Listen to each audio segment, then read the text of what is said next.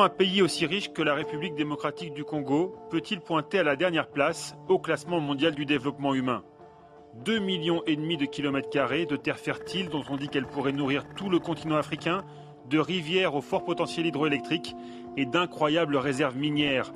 Or, diamants, étain et coltan, cuivre et uranium, les sous-sols du Congo semblent inépuisables.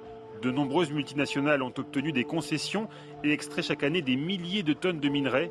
Les bénéfices sont immenses, pas pour les Congolais. On parle de pillage parce que la population n'en profite pas. On a trouvé par exemple 11 pays africains transitaires, 17 pays du monde destinataires des ressources de la RDC. Mais en même temps, sur le terrain, il n'y a pas une effectivité de développement qui vienne de l'exploitation de ces ressources-là. Dans l'Est, certaines entreprises étrangères profitent du climat de guerre civile quasi permanent pour acheter illégalement du minerai aux groupes armés, rebelles, milices et même soldats de l'armée régulière. En 2009, au Nord Kivu, nous avions rencontré ce colonel. Il rackettait les mineurs de la région, vendait son butin dans les comptoirs miniers de Goma et se faisait construire de belles demeures en toute impunité.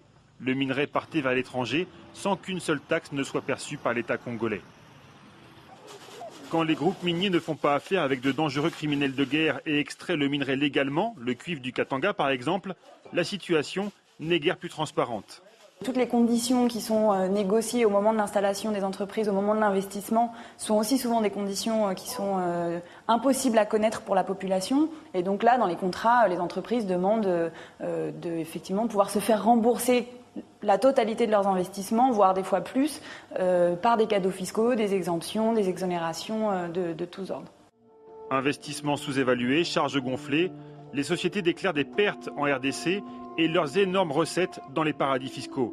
Certaines ne paient même pas d'impôts. On ne dépasse pas les 10% de la contribution de revenus miniers, donc des entreprises minières, dans le budget de l'État.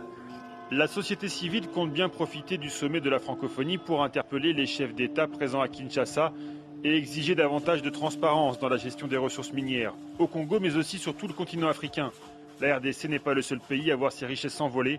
Chaque année, des centaines de millions d'euros. Sur la ligne de front, zone M23. Nous sommes escortés par le colonel Vianney Kazarama, un des chefs de la rébellion.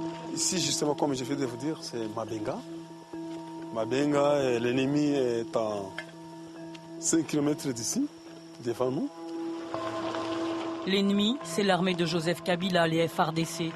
Près de la frontière ougandaise, le colonel nous montre l'étendue de sa conquête, un tiers du Nord Kivu. Tout ça, cette partie-là, jusque-là, même ici c'est la frontière, comme ça on contrôle cette partie. Pour l'heure, on observe un statu quo, mais une autre guerre fait rage, médiatique celle-là. Accusé d'exaction par l'ONU et Human Rights Watch, il s'agit désormais de faire bonne figure devant les caméras. L'opération séduction commence par un mensonge. Comment vous faites financièrement pour administrer cette zone ? Il y a d'abord la contribution des membres du mouvement. Déjà contribuent beaucoup d'argent. Aussi nos militaires ne sont pas payés. Nous sommes des rebelles. La contribution des membres pour seul revenu, difficile à croire, d'autant que le M23 contrôle ce point de passage vers l'Ouganda. Dans tout le territoire que vous contrôlez, les douanes elles ne fonctionnent pas. Vous ne percevez pas de taxes sur les véhicules. Non, pas de taxes. Ça c'est fermé. Le gouverneur de la province a fermé les taxes, donc pas de passage de véhicules. Et pourtant, derrière nous, 4 camions immatriculés en Ouganda, tous à l'arrêt, mais prêts à traverser. Vous allez payer une taxe ?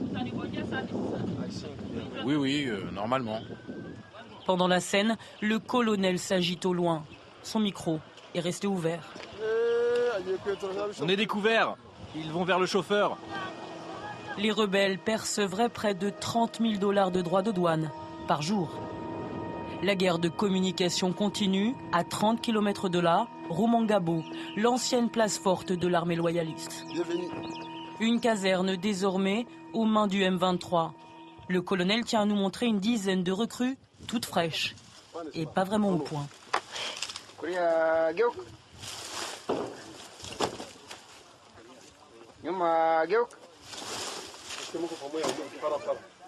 Ils viennent terminer les formations militaires. Les Human Rights nous accusent que nous formons, nous sommes en train de recruter les enfants. C'est quoi, ce n'est pas les enfants? Mais on vous accuse de recruter de force. De force, il faut les demander maintenant. Monsieur Tutono, le M23, c'est un mouvement de pression. Donc, si le gouvernement n'a pas de volonté de changer les choses, mais on espère qu'avec la pression et notre participation, on peut y aller. Que des recrues volontaires donc. Pourtant, en zone loyaliste, dans un camp de déplacés, 2 jeunes hommes nous affirment le contraire. Avec les autres, on nous a pris de force à Kibumba. Nous nous sommes enfuis.